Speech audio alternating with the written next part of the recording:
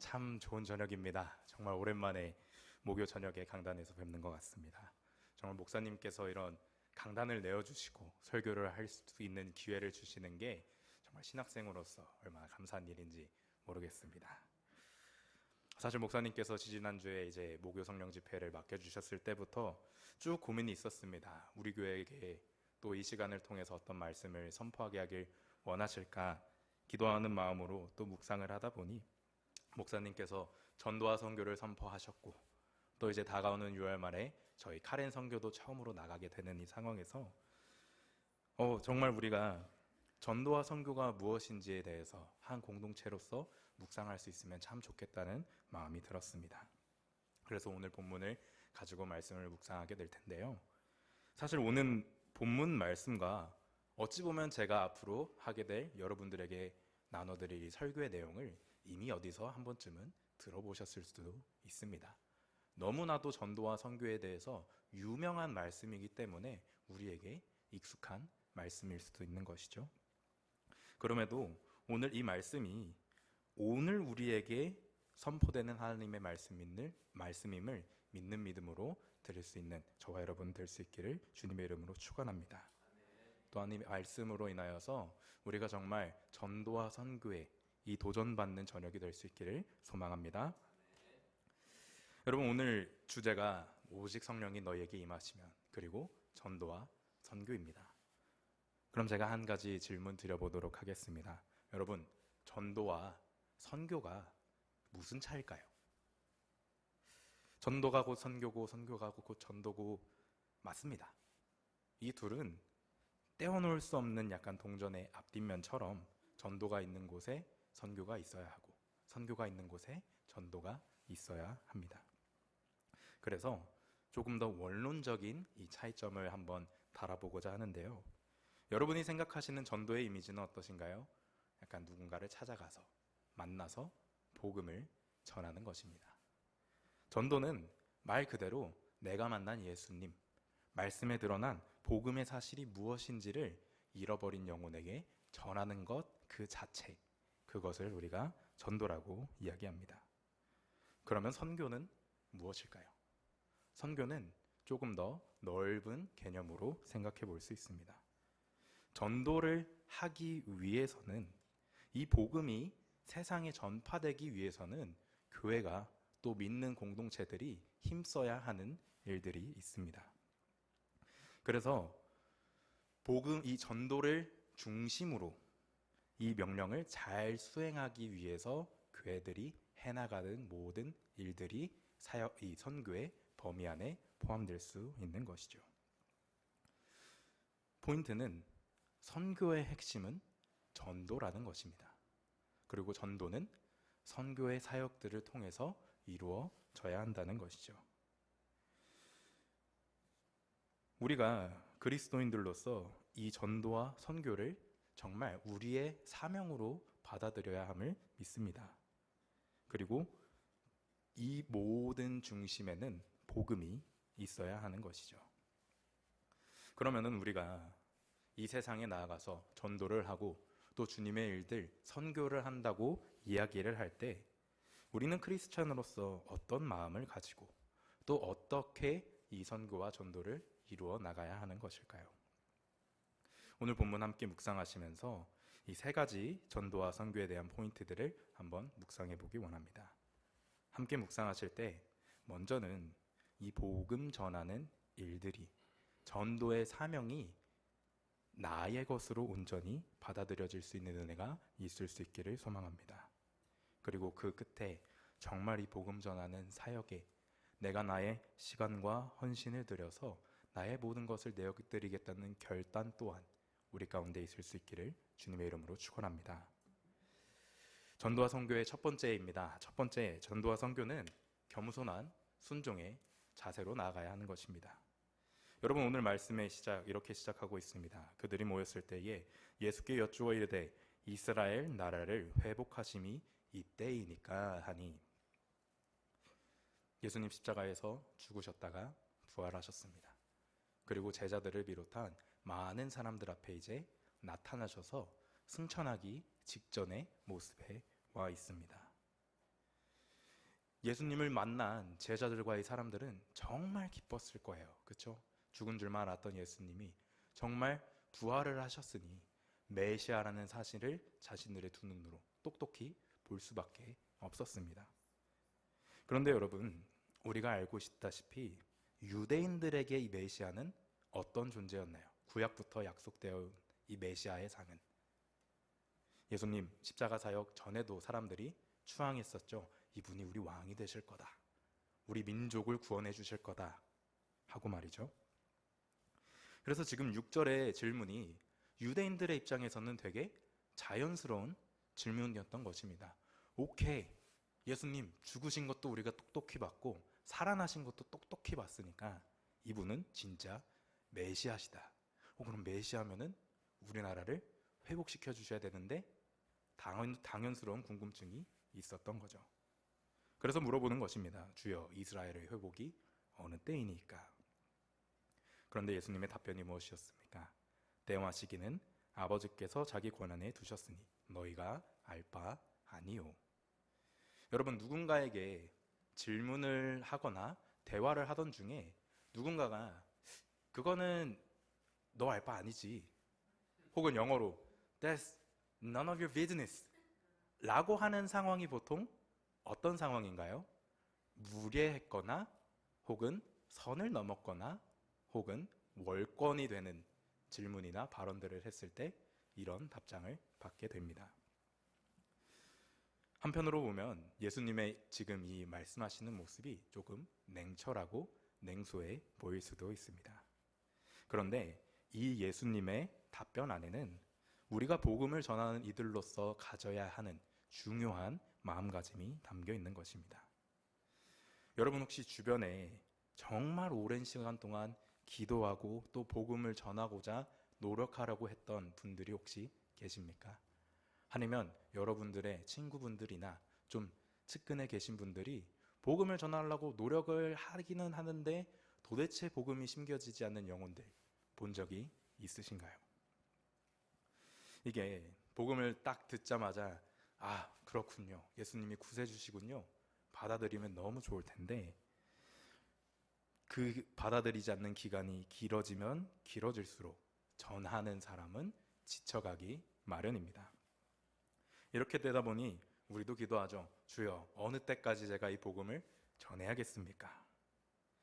우리의 마음이 점점 하나님의 은혜를 구하는 기도에서 이 때를 기다리는 기도로 바뀌게 되는 것입니다. 그때 오늘 예수님의 답변을 기억해 볼 수 있기 원합니다. 때와 시기는 아버지께서 자기 권한에 두셨으니 너희가 알 바 아니요. 그런데 이 말씀을 약간 지치는데 그래, 예수님이 우리 알 바 아니라고 하셨으니까 약간 덮어놓고 전해야겠다, 이런 마음가짐으로 전하라고 이 말씀을 하신 건 아니실 것입니다. 복음을 전하는 것에 있어서 전하는 자가 기억해야 하는 것은 이 언제가 될지도 모르는 하나님의 때를 구하는 것이 아니라 지금 내가 주님께서 맡겨주신 사역에 온전히 동참하고 있는가, 그것을 살펴야 하는 것이죠.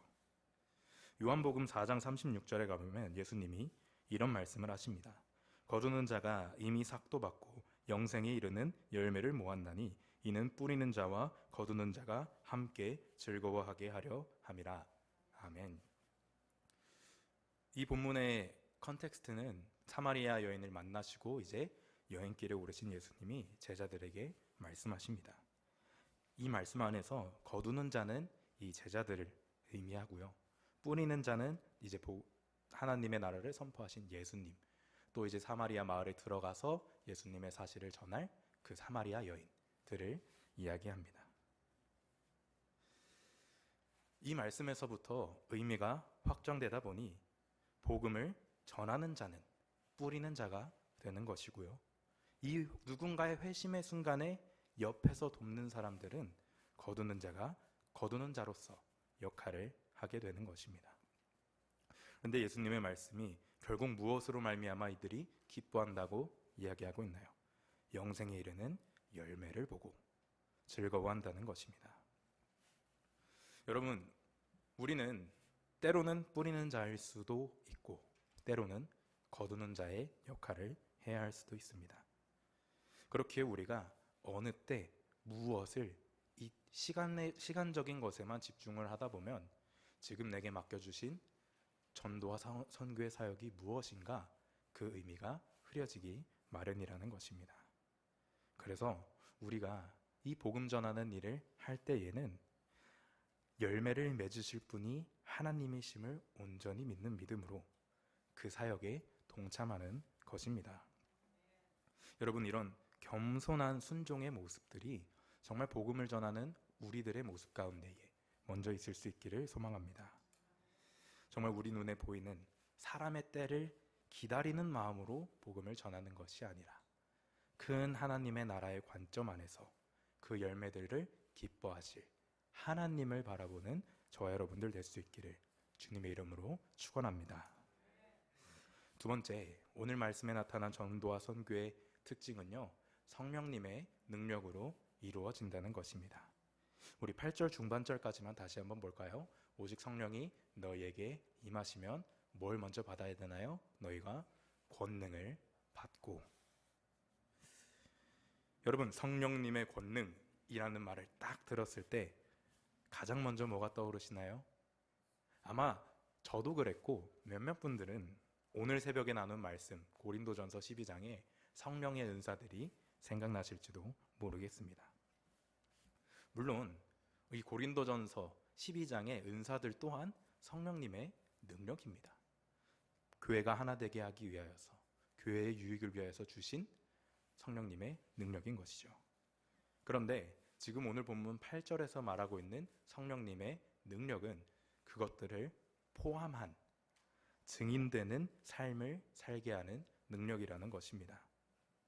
오늘 본문을 묵상해 볼 때 성령님의 이 능력이 복음을 전하는 현장에서 어떻게 나타났는가 생생하게 기록되어 있는 것을 우리가 볼 수 있습니다. 그리고 복음을 전하는 현장 가운데에 이 성령 충만한 사람들에게 어떤 일이 있었나 두 가지 모습들을 크게 살펴보길 원합니다. 먼저 사도행전 4장으로 가보겠습니다. 성령 충만한 베드로가 관리들과 장로들 앞에서 당당하게 복음을 선포합니다. 그러고 나서 이 사람들이 놀라죠. 4장 13절 14절 말씀에 그들이 베드로와 요한이 담대하게 말함을 보고 그들은 본래 학문이 없는 범인으로 알았다가 이상히 여기며 또 전에 예수와 함께 있던 줄도 알고 또 병 나은 사람이 그들과 함께 서 있는 것을 보고 비난할 말이 없어지는지라. 아멘. 복음을 전하는 현장에 나아간, 그리고 성령이 충만한 사람에게 나타나는 특징 중 하나가 이것입니다. 복음을 당당하게 선포할 수 있게 되는 것입니다. 그 입술에서 나오는 말이 사람의 지식에서 나오는 말이 아니라 온전히 복음에 붙들린 말을 하게 되는 것이죠. 또 사도행전 5장으로 가볼까요? 5장 40절, 40절부터 42절에 이렇게 기록하고 있습니다. 그들이 옳게 여겨 사도들을 불러들여 채찍질하며 예수의 이름으로 말하는 것을 금하고 놓으니 사도들은 그 이름을 위하여 능력받는 일에 합당한 자로 여기심을 기뻐하면서 공회 앞을 떠나니라. 그들이 날마다 성전에 있든지 집에 있든지 예수는 그리스도라고 가르치기와 전도하기를 그치지 아니하니라. 아멘. 증인된 삶을 살아가는 자에게 나타나는 성령의 능력 중 하나는 어떤 고난과 박해를 당하더라도 그것이 마땅한 일임을 여길 수 있는 믿음과 그것이 온전히 자신의 기쁨이 된다는 것입니다. 결국 복음을 전하는 일에 있어서 성령 하나님이 우리들과 함께 하실 때 복음이 선포되고 마주하는 세상을 이겨낼 수 있는 힘이 생기게 되는 것입니다. 그렇게 반대로 생각해보면 성령님을 의지하지 않는 전도와 선교의 사역들은 힘이 있을 수 없다는 것입니다. 사도행전의 말씀을 열심히 묵상하다 보면은 가끔 이런 생각이 들 때도 있습니다. 사도행전에서 역사하신 성령님의 역사들은 때로는 너무 큰 기적처럼 보여질 때가 있다는 것이죠. 때로는 초자연적인 일들이 있기도 하고요. 아나니아와 삽비라처럼 즉각적인 심판이 있기도 하고요. 그런데 그렇기에 우리는 때로는 이 성령님을 의지한다는 것이 이런 초자연적인 현상을 기대하는 것이라고 오해할 때도 분명히 생기게 됩니다. 그런데 여러분, 한 가지 믿는 것은 성령님이 정말 필요한 상황이시라면 역사하실 줄 믿습니다. 그럼에도 오늘 이 베드로와 또 제자들의 모습에 나타난 것은 무엇입니까? 성령님이 임하시면 그 입술과 삶이 당당해진다는 것입니다. 복음 때문에 받는 고난을 이길 힘도 주시고 복음을 당당하게 선포할 힘도 주시는 것이죠. 한 목사님이, 미국의 목사님이 이런 말을 하신 적이 있습니다. 우리가 마주하고 있는 이 시대의 가장 큰 기적은 변화한 삶을 보는 것이라고 말이죠. 그 일례가 이런 것입니다. 여러분, 복음을 모르던 사람이, 정말 술에 찌들고 마약을 하던 사람이 복음을 듣고 일반인을 넘어서 주님께 헌신된 삶을 살아가는 것이 기적입니까? 아닙니까? 사람들이 그냥 보기에는 저 사람이 그냥 힘으로 했네 라고 무시할 수 있겠지만 분명히 복음의 능력으로 인하여서 그 기적이 일어났다는 것입니다. 성령님이 함께 하시는 이 복음의 능력에는 초자연적인 것들뿐만 아니라 우리 눈에는 작게 역사하는 것들일지 모르지만 분명히 하나님 나라 안에서 크게 역사되는 부분들이 있다는 것이죠. 그렇기에 여러분, 우리가 성령 충만하기 위해서는 뭐 해야 하겠습니까? 말씀과 기도밖에 없습니다. 선교지에 있다 보면 또 다양한 교회들의 모습을 보게 되면 현대의 많은 교회들이 이 전도와 선교를 하겠다고 이 잘 만들어진 프로그램들을 만들어내기도 합니다. 그리고 그 계획들 안에서 잘 짜여져 있으면은 우리 교회에 더 많은 성도들이 오겠지, 더 많은 현지인들이 복음을 듣겠지라는 기대감으로 나아가기도 합니다. 그런데 그 프로그램과 계획들을 때때로 면밀히 살펴봤을 때 그곳에 성령님을 의지하는 것이 하나도 없을 때가 너무나도 많습니다. 여러분, 전도와 선교는 영혼을 구하는 일입니다. 영혼을 구하시는 분이 누구이십니까? 하나님 아버지이시자 성령님이 마음의 문을 열어주시지 않는다면 복음이 들어갈 수 없습니다. 그렇기에 전도와 선교에 임하는 우리들이 성령님을 의지하지 않는다면 그거는 세상에 그냥 잘 짜여진 봉사 프로그램과 다를 게 없어지는 것이죠. 그렇기에 전도와 선교의 자리로 나아갈 때 우리는 전하는 자를 강하게 해주시고 듣는 이들의 마음을 열어주시는 성령님을 의지해야 하는 것입니다. 여러분, 정말 우리가 복음 전하는 일에 있어서 이 성령 하나님을 의지할 수 있게 되길 소망합니다. 우리가 말씀을 묵상하면서 그 가운데 드러난 하나님의 뜻을 발견하고 또 성령님을 온전하게 의지함으로 그 하나님의 뜻을 전하게 될 때, 복음을 전하게 될 때 우리가 보게 되는 가장 큰 기적, 인생이 변화하는 기적을 우리에게 보여주실 줄 믿습니다. 이 믿음 가지고 늘 성령 하나님을 의지하며 복음을 전하겠다는 결단이 저와 여러분들 가운데 있을 수 있기를 주님의 이름으로 축원합니다. 마지막 세 번째입니다. 전도와 선교는 확장되어야 합니다. 우리 8절 말씀 다 같이 한번 다시 읽어보도록 하겠습니다. 시작. 오직 성령이 너에게 임하시면 너희가 권능을 받고 예루살렘과 온 유대와 사마리아와 땅 끝까지 이르러 내 증인이 되리라 하시니라. 아멘. 아마 모든 선교 활동이 외부를 향하는 근간이 되는 말씀일 것입니다. 성령님의 권능을 받은 사람들은 그 받은 복음의 소식을 내 것으로만 가지고 있어서는 안 된다는 도전을 오늘 우리에게 주시고 있는 것입니다. 여러분, 신약 성경을 통해 이 복음이 어떻게 퍼져나갔는지 한번 살펴보겠습니다. 예수님의 이 말씀 이후 어떤 일들이 있었습니까? 마가의 다락방이라 그러죠. 다락방에 이들이 모여 있을 때 성령님이 임하셨습니다. 그곳이 어디였어요? 예루살렘이었습니다. 그리고 그 예루살렘에 모여있던 이들이 도무지 나가질 않으니까 하나님이 박해를 통하여서라도 그들을 흩으십니다. 또 사마리아로 땅끝까지 이르러서 복음이 전파되게 된 것이죠. 그 복음이 흘러 저희에게까지 들려오게 된 것입니다. 그렇기에 우리도 이 복음이 확장되어야 함을 우리의 것으로 받아들일 수 있어야 하는 것이죠. 그럼 이런 질문 분명히 드실 수 있습니다. 저희 다 선교 나가야 하겠네요. 우리 다 어디든 나가서 전도할 수 있어야 하겠네요. 하고 말이죠. 물론 우리가 주 안에서 하나된 마음으로 선교에 동참해야 합니다. 보내는 선교로 이미 나가 있는 분들이 복음의 사역을 잘 하실 수 있게끔 그들을 도와야 합니다. 그런데 동시에 저는 오늘 이 복음이 확장되어야 함을 우리 개인의 삶에도 적용해 볼 수 있기를 소망합니다. 오늘 말씀 가운데 보면 성령님이 역사하시는 복음이 퍼져나가는 과정은 전해진 그곳에서부터 주변으로 퍼져나가는 것에 있습니다. 여러분, 우리 한 사람 한 사람이 교회된 자들이라면 내가 있는 그 자리의 옆자리부터 복음이 전파될 수 있어야 하는 것입니다. 이렇게 한번 고민해 보길 원합니다. 정말 내 삶이 복음이 전해지는 여정이라고 생각해 보았을 때 내가 전해야 하는 유대는 어디이고 내가 복음을 전해야 하는 사마리아는 또 어디이고 내 인생에 맡겨진 땅끝은 어디인가 진지하게 고민해 볼 수 있길 원합니다.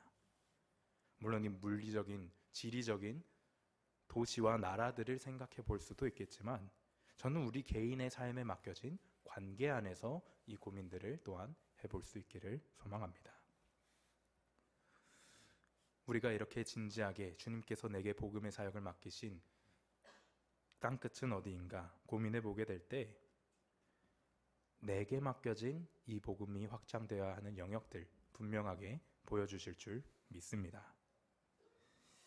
성령님을 힘입어서 더 넓은 곳으로 복음을 흘려보내겠다는 결단이 저 여러분들 가운데 있을 수 있기를 축원합니다.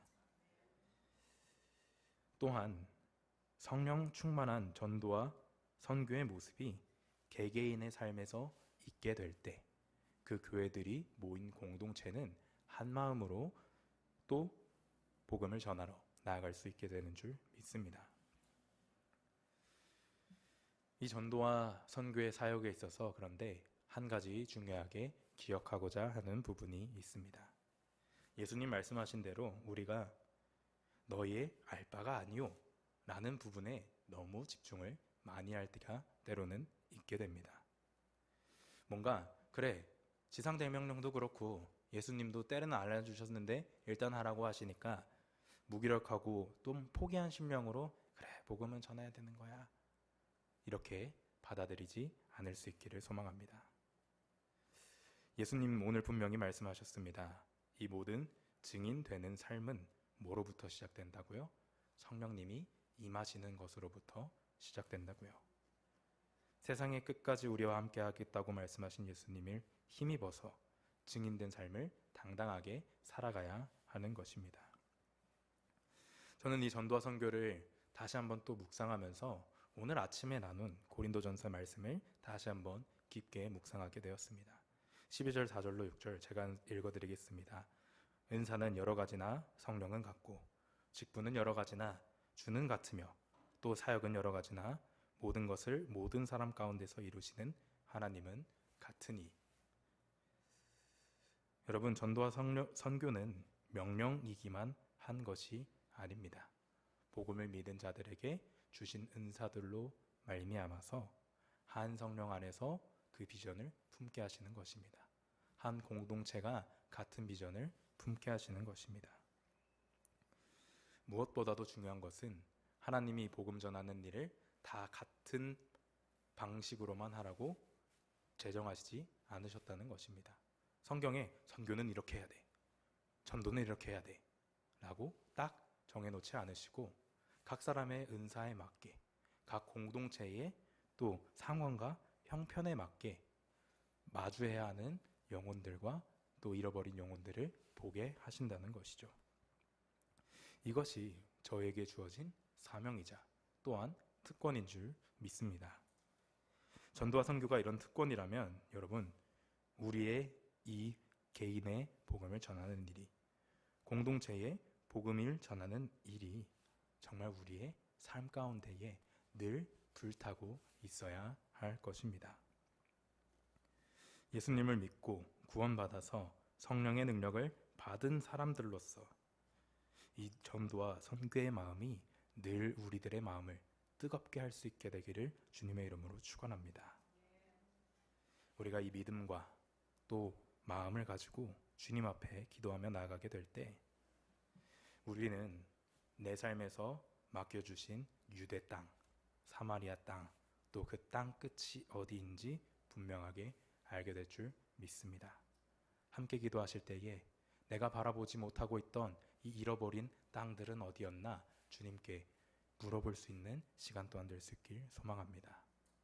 그리고 우리가 이 복음과 선교에 같은 마음을 품고 기도하며 나아가게 될 때 우리 공동체에게 주신, 우리 공동체가 품게 하실 유대 땅, 사마리아, 그리고 땅 끝 또한 동일한 성령 하나님께서 마음 가운데 비전으로 주실 줄 믿습니다. 이 복음을 전하는 특권을 가지고 맡겨진 자리에서 최선을 다해 복음을 전하는 자의 삶을 살 수 있기를, 그리고 복음을 전하는 사역이 늘 우리의 삶 가운데의 기쁨이 될 수 있기를 정말 간절한 심령으로 주님의 이름 안에서 축원합니다.